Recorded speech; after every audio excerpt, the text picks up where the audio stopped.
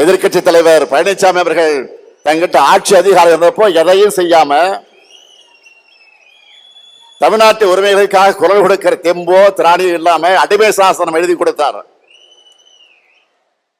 பாஜக தன்னோடு இருக்குன்னு இப்பவும் வாய் துடுக்கோடு பேசிட்டு இருக்கிறாரு. எதிர்கட்சி தலைவர் மாண்பே இல்லாம தரம் தாழ்ந்து என்னை உரிமையில பேசிட்டு இருக்கிறார். கொள்கை இல்லாம தொடை நடுங்கும் பழனிசாமி அவர்களுடைய தரத்தை மக்களோட அந்த மக்கள் தெளிவாக எடை போட்டு பார்ப்பாங்கன்னு நானும் விட்டுட்டேன்.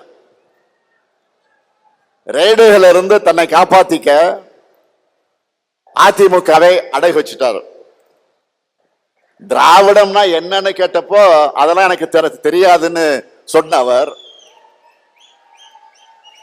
அண்ணா திராவிட முன்னேற்ற கழகத்தோட தலைமை பொறுப்பில் இருக்கிறார். இன்றைக்கு அவர் திராவிடம்னா என்ன தெரியாம அதிமுகவுடைய தலைமை பொறுப்பில் இருக்கிறார். அதான் வெட்கக்கேடு.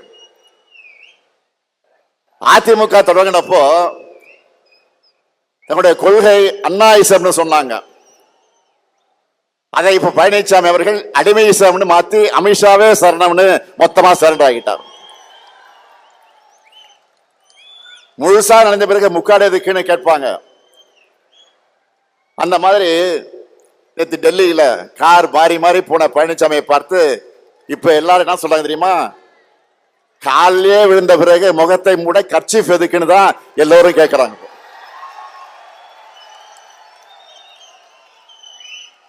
இதுல அவருடைய திறந்தாழ்ந்த பேச்சுக்கெல்லாம் நான் பதில் சொல்லணுமா? சில பேர் பேசிக்கிட்டு இருக்காங்களே, இப்போ திமுகவுக்கு நாங்க தான் மாற்றணும் பேசுறாங்க. என்ன மாத்த போறாங்க? என்ன மாத்த போறாங்க?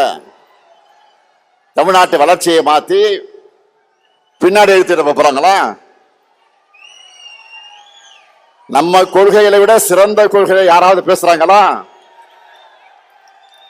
மாற்றம் மாற்றம் என்று சொன்ன எல்லாரும் மாறினாங்க, மறைஞ்சு போனாங்க. ஆனா திமுக மட்டும் மாறல. தமிழ்நாட்டு மக்கள் மனசுல இருந்து என்றைக்கும் மறையல. இதனாலதான் நம்ம திராவிட மாடல் அரசை பார்த்தா சிலருக்கு வயிறு எரியுது.